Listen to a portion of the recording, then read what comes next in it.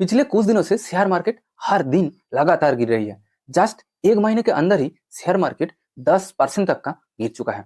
तो आइए देखते हैं पिछले एक महीने के अंदर इंडियन शेयर बाजार में 10% तक का जो गिरावट आई है उसके पीछे क्या क्या रीजंस है। शेयर मार्केट की इस डाउनफॉल के पीछे तीन मेजर रीजंस है।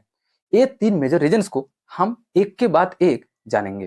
पहला कारण, FII यानी foreign institutional investors Indian share बाजार को छोड़ रहे हैं और वो यहाँ से पैसा निकलकर विदेश में इन्वेस्ट कर रहे हैं। डाटा के अनुसार नवंबर की सेकेंड वीक तक FIIs ने 24,000 करोड़ का शेयर्स बेच चुके हैं। आप सोच रहे होंगे कि ये FII कौन होता है। FII का मतलब बड़े बड़े फॉरेन इंस्टीट्यूशन जो खुद के देशों की पैसों को लेकर इंडियन स्टॉक मार्केट में इन्वेस्ट करते हैं। सिर्फ इंडियन स्टॉक मार्केट नहीं, अलग अलग देशों की स्टॉक मार्केट में भी इन्वेस्ट करते हैं। उन सभी को FII यानी फॉरेन इंस्टीट्यूशनल इन्वेस्टर्स कहा जाता है। इस साल क्या हुआ, ज्यादातर FIIs ने इंडियन स्टॉक मार्केट से पैसा निकल रहे हैं, यानी इंडियन कंपनियों का जो शेयर्स उन्होंने खरीदा था उन सभी शेयर्स को वो बेच रहे हैं और पैसा निकलकर अलग अलग देशों की स्टॉक मार्केट में इन्वेस्ट कर रहे हैं। FIIs ने खासकर US एंड चाइना की स्टॉक मार्केट में ज्यादातर पैसा, लगभग 90% पैसा इन्वेस्ट कर रहे हैं। और हम सभी को पता है कि लोगों ने या इंस्टीट्यूशंस जितना ज्यादा स्टॉक सेल करेगा मार्केट भी उतना ज्यादा गिरेगा, और मार्केट जितना ज्यादा गिरेगा हमारा पोर्टफोलियो में भी उतना ज्यादा लॉस होगा। आप जरूर सोच रहे होंगे कि इस साल ऐसा क्या हो गया कि जो FIIs ने पिछले कुछ सालों से इंडियन स्टॉक मार्केट में इन्वेस्ट किया था, आज वो इंडिया छोड़कर US एंड चाइना की स्टॉक मार्केट में इन्वेस्ट कर रहे हैं। इसके पीछे एक बहुत बड़ा रीजन है। ये कारण आपके लिए भी इंपॉर्टेंट है अगर आप US एंड चाइना की स्टॉक मार्केट में इन्वेस्ट करना चाहते हैं तो। देखिए, FII यानी फॉरेन इंस्टीट्यूशनल इन्वेस्टर्स के लिए किसी देश कोई मैटर नहीं करता, चाहे कोई भी देश हो। उनके साथ देश का कोई मतलब नहीं है। जिस देशों की स्टॉक मार्केट में अच्छा रिटर्न मिलने की चांसेस होती है, ये सारे FIIs उन देशों की स्टॉक मार्केट में इन्वेस्ट करते हैं।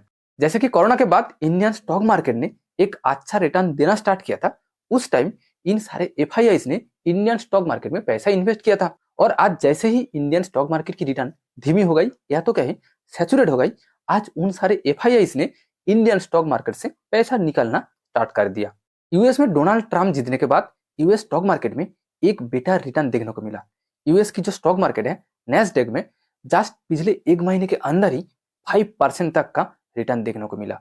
और चाइना की स्टॉक मार्केट तो US से भी ज्यादा रिटर्न देना स्टार्ट किया। चाइना की जो स्टॉक मार्केट है हैंग सेंग, वो पिछले कुछ सालों से सैचुरेट था, बट इस साल से उस चाइना की स्टॉक मार्केट में थोड़ा सा बेटर रिटर्न देखने को मिला।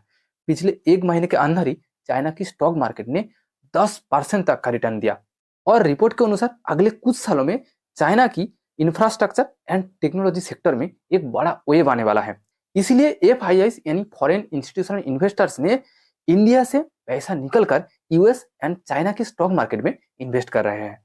स्टॉक मार्केट की इस डाउनफॉल के पीछे दूसरा कारण कि इंडियन करेंसी की वैल्यू डॉलर की तुलना में बहुत ही ज्यादा गिर गई है। आज $1 की वैल्यू ₹84.5 के आसपास हो गई है। इंडियन करेंसी की ये वैल्यू गिरने से हमारा लॉस तो होता ही है, बट फॉरेन इन्वेस्टर्स को इससे कई गुना ज्यादा नुकसान होता है, क्योंकि जब foreign investors Indian stock market में पैसा इन्वेस्ट करते हैं उनको एट फर्स्ट डॉलर को इंडियन करेंसी में यानी रुपये में ट्रांसफर करना पड़ता है।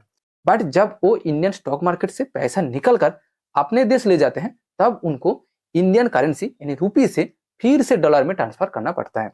इसलिए इंडियन करेंसी की वैल्यू जितना ज्यादा गिरता है FIIs को उतना कम प्रॉफिट मिलता है।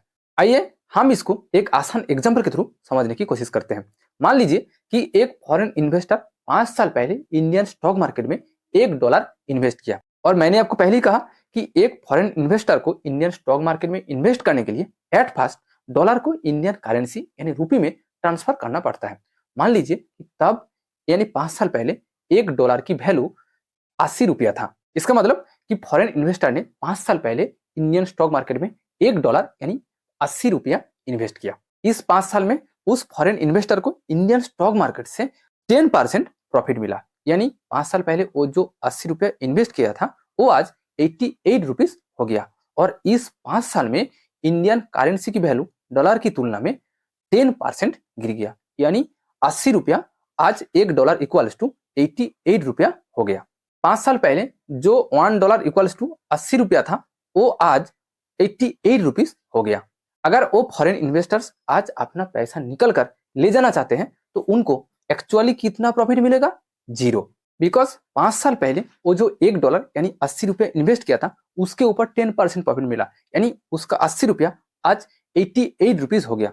अगर आज वो 88 रुपीज को डॉलर में कन्वर्ट करना चाहते हैं तो आज उनको $1 ही मिलेगा, क्योंकि आज $1 इक्वल्स टू 88 रुपीज हो गया है, जो 5 साल पहले $1 इक्वल्स टू 80 रुपया था। यानी एक ही लाइन में कहा जाए तो इंडियन स्टॉक मार्केट से उनको 10% प्रॉफिट तो मिला, बट इंडियन करेंसी की वैल्यू इस 5 साल में डॉलर की तुलना में 10% गिर गई है। इसलिए फॉरेन इन्वेस्टर ने जैसे ही इंडियन करेंसी को डॉलर में ट्रांसफर किया उनको नेट प्रॉफिट जीरो मिला। अगर इंडियन करेंसी की वैल्यू सेम रहता जो 5 साल पहले था तो आज फॉरेन इन्वेस्टर को 10% प्रॉफिट मिलता, बट इंडियन करेंसी की वैल्यू बहुत ज्यादा गिरने के कारण फॉरेन इन्वेस्टर को प्रॉफिट नहीं मिला। इसलिए रुपया की वैल्यू बहुत ज्यादा गिरने के कारण FIIs यानी फॉरेन इंस्टीट्यूशनल इन्वेस्टर्स ने इंडियन स्टॉक मार्केट को छोड़ रहे हैं। मार्केट गिरने के पीछे third major reason capital gain tax की इंक्रीज। इस साल इंडियन गवर्नमेंट ने कैपिटल गेन टैक्स 10% से बढ़ाकर 12.5% किया। कैपिटल गेन टैक्स का मतलब आप जब किसी भी जगह में पैसा इन्वेस्ट करने के बाद वहां से जो प्रॉफिट मिलता है उसके ऊपर गवर्नमेंट जो टैक्स लेती है उसको कैपिटल गेन टैक्स कहा जाता है। मैं यहाँ long term capital gain tax की बात कर रहा हूँ। इस साल गवर्नमेंट ने long term capital gain tax 10% से बढ़ाकर 12.5% किया। जब टैक्स पॉलिसी में इस तरह के चेंजेस आते हैं तब फॉरेन इन्वेस्टमेंट सबसे ज्यादा प्रभावित होते हैं। FIIs ने ऑलवेज ऐसी कंट्री की स्टॉक मार्केट में इन्वेस्ट करना चाहते हैं जहां कैपिटल गेन टैक्स कम हो, ताकि जब वो पैसा निकालेंगे उसको कम से कम टैक्स देना पड़े और उनको ज्यादा से ज्यादा प्रॉफिट मिले। इसलिए जैसे कि गवर्नमेंट ने कैपिटल गेन टैक्स बढ़ाई, FIIs ने इंडियन स्टॉक मार्केट छोड़ना स्टार्ट किया। इसलिए कैपिटल गेन टैक्स की वृद्धि मार्केट गिरने के पीछे एक बड़ा कारण माना जाता है। ये होता है मार्केट गिरने के पीछे 3 मेजर रीजंस। बट अब आते हैं सबसे इंपॉर्टेंट सवाल पर कि ऐसे सिचुएशन में आपको क्या करना चाहिए। आपके पास जो स्टॉक्स, म्यूचुअल फंड या ETFs है, क्या उन सभी को बेच देना चाहिए या होल्ड करना चाहिए? देखिए, मैं आपको क्लियरली कह रहा हूं कि मैं कोई सेबी रजिस्टर्ड एडवाइजर नहीं हूं, इसलिए मैं आपको किसी भी तरह का कोई एडवाइस नहीं दूंगा। मेरे हिसाब से एक बहुत अच्छा अपॉर्चुनिटी है उन लोगों के लिए जिन लोगों ने अच्छे स्टॉक्स को सही दाम पर यानी सही वैल्यूएशन पर खरीदना चाहते हैं।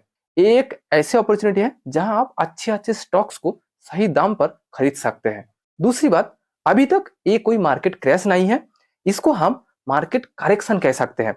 खासकर पिछले 1-2 साल से mid cap and small cap में जो ओवर वैल्यूएशन आया था, ये उसका करेक्शन टाइम है। हाँ, इसमें ऑब्वियसली कुछ लार्ज कैप कंपनीज भी है। इसलिए मेरा मानना है कि आपके पास जो स्टॉक्स है उस स्टॉक्स को सेल करने से पहले आपको उस कंपनी का फंडामेंटल्स को अच्छे से एनालिसिस करना चाहिए। उसके बाद डिसीजन लेना चाहिए कि क्या आपको उस कंपनी का स्टॉक सेल करना चाहिए या होल्ड करना चाहिए।